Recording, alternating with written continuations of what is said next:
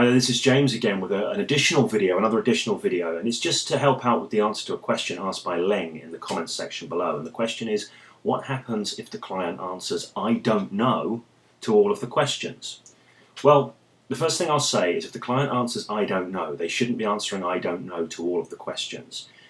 The first "I don't know" you get is a really key piece of information. Now, if you're familiar with the Hypnosis Without Trance Hypnosis Mastery Program material, you'll remember the idea that hypnosis is a dynamic, interactive process, and we are the facilitators of that process. And it is our job to keep the client connected to the material, connected to the experience, okay? And we're looking for red flags and green flags all the time that tell us how deeply the client is connected to the experience, or whether they're not connecting to the experience, whether they're going against it.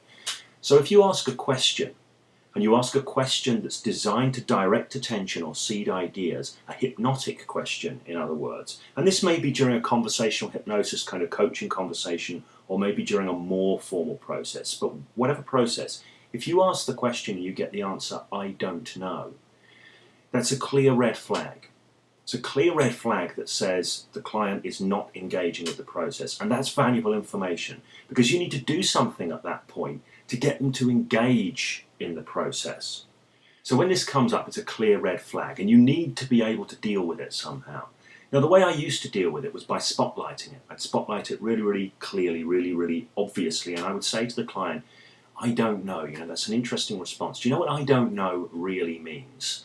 And they would say, "Well, I don't know, it means I don't know." And I say, "Yeah, on a superficial level it means that. But what it really means is not just I don't know, it means I'm not willing to think about it. Either I can't be bothered to think about it, or I don't want to think about it. It means one of those things. I'm curious, which one is it with you?" Now, that's quite a challenging way of doing it, and occasionally I'll still use that methodology, but I don't really use it so much these days.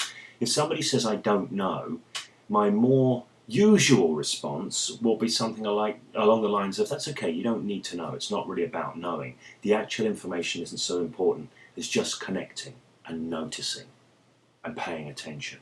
So again, I'm kind of using my language to direct them and connect them back in. Often I'll guide their body language as well, because an "I don't know" is often accompanied by a kind of disconnection physiologically. "I don't know." Whereas I'll say, just notice what you notice within you. Just pay attention and allow something to come through. I'm guiding them back in, and I'll gesture down because I want them to connect back in to their body in the totality, and that often works as well.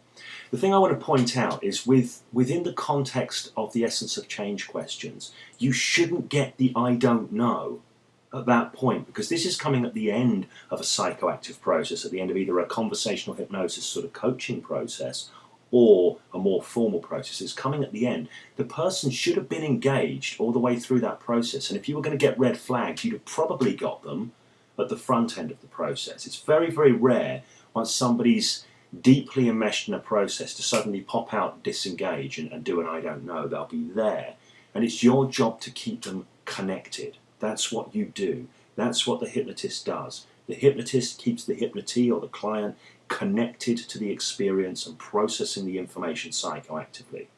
So "I don't know" essentially is nothing more than a red flag that gives you extremely useful information about how richly connected to the experience the client is.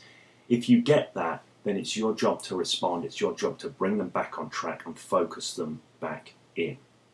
I hope that helps. If you've got any more questions about this, please do ask again on the comment section below. Who knows, maybe I'll even end up posting yet another video. Thanks for listening. Take care.